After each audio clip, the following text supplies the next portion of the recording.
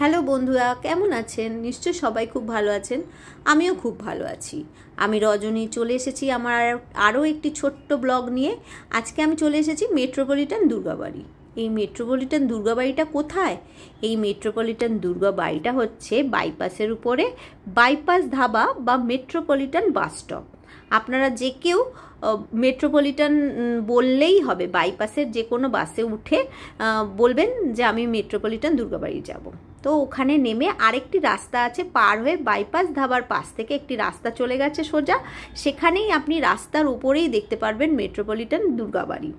তো যখন আমি চলে এসেছিলাম বৃষ্টি পড়ছে, সন্ধ্যা হয়ে গেছে। তো বন্ধুরা, আপনাদের সবাইকে জানাই শুভ সন্ধ্যা।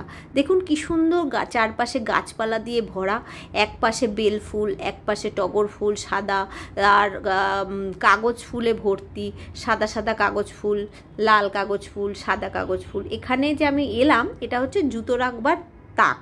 এখানে সিকিউরিটি গার্ড আছে সবসময় 24 ঘন্টার জন্য। তো এই আপনি জুতো রাখার তাকে গিয়ে আপনার জুতো রাখতে পারেন। এখানে এই জুতো রাখার জন্য কোনো রকম টাকা লাগে না। দেখুন সূর্যমুখী ফুল, সন্ধ্যা হয়ে গেছে তাও সূর্যমুখী ফুল ফুটে আছে, কত সুন্দর অ্যালামুন্ডা ফুলও আছে। এবার চলুন মন্দিরে প্রবেশ করা যায়। এই হচ্ছে মেট্রোপলিটন দুর্গাবাড়ির প্রবেশদ্বার।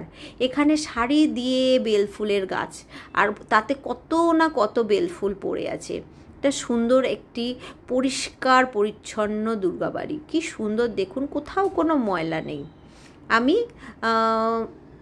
চলে এসেছি একদম নো মেকআপ লুক। চলুন আপনাদের এবার মন্দিরের ভেতরে প্রবেশ করাই।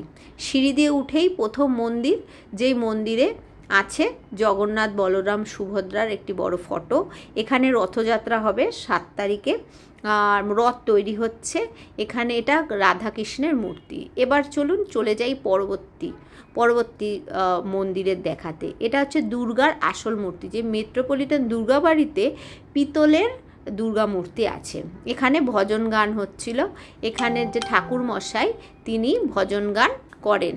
তো ভজন গান তিনি যখন করছিলেন, নানা রকম ঠাকুরের ভজন কীর্তন করছিল, ভীষণ ভালো লাগছিল, মনটা শান্ত হয়ে যাচ্ছিল।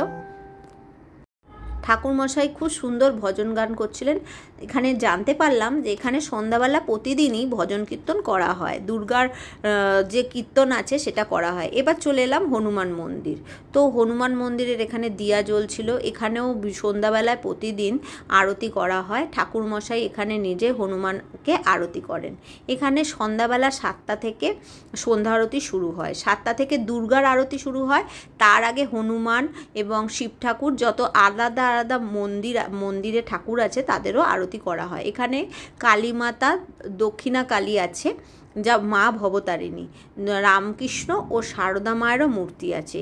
এই কালীমাও খুব জাগ্রত। এই মেট্রোপলিটন দুর্গাবাড়িও খুব জাগ্রত শুনেছি, যে যা চায় তাই নাকি পাওয়া যায়। তো এই ভবতারিণী কালী মন্দিরে কি আছে? রামকৃষ্ণ পরমহংসদেব আছে, শারদা মা আছে, বিবেকানন্দ আছে, শিব ঠাকুর আছে, আর আছে মা স্বয়ং ভবতারিণী, সাথে মহাদেব।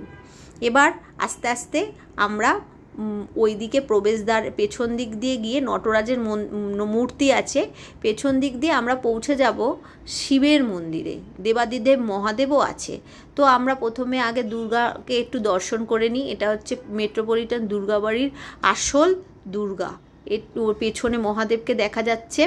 মা দুর্গার হাতে অস্ত্র দিয়ে সজ্জিত, 10 হাতে 10টি অস্ত্র। মাকে এখানে বেনারসি শাড়ি পরানো আছে, লাল আর সবুজ।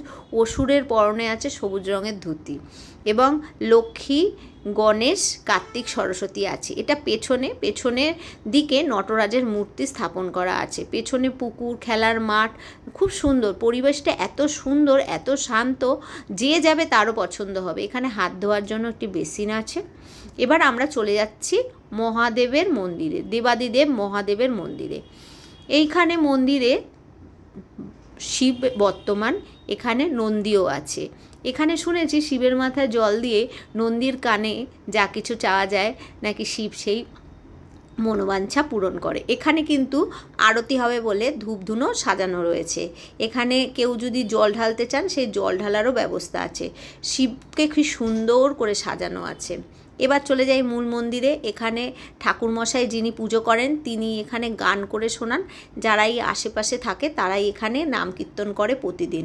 এই যে দুর্গা মূর্তি, এখানে দুর্গাকে ভোগ দেওয়া হয়। সকালবেলা 6টা থেকে দুপুর 1টা অবধি মন্দির খোলা থাকে, ভোগ দেওয়া হয়। বিকালবেলা 8টায় মন্দির বন্ধ হয়ে যায়। দুপুর 1টা থেকে 3টে অবধি মন্দির কিন্তু বন্ধ থাকে।